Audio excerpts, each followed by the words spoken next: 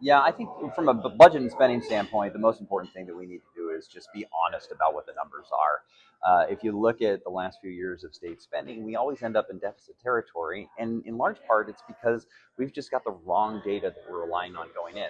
Not because we don't have access to the right data, but we're making intentional choices to use the wrong data. We're making intentional choices to assume that our economy is growing faster than our experts at the state are even telling us. We're making the intentional decision to say that we're not going to have any costs associated with things like lawsuits and settlements, because if we have to book those expenses, we can't spend money elsewhere. And the list goes on and on and on about ways that we are being irresponsible and unsustainable in the way that we're building our budgets.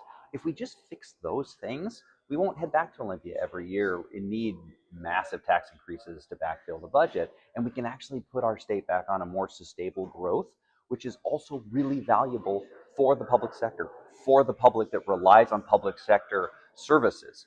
Stable governance, stable budgets, it helps those people the most. We shouldn't pretend that our regressive tax structure is the perfect tax structure for a state. We should have an honest conversation about that.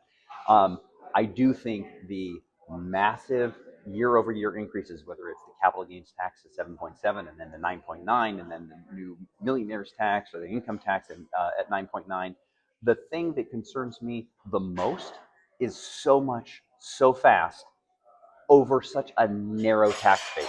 We are now balancing the future of our public sector in Washington state off of 9,000 tax returns in a population of over 7 million in our state. 9,000 of the wealthiest, most mobile individuals, and we're putting all of our future bets on their willingness to continue to be here and to continue to earn here, and that they will continue to pay this tax.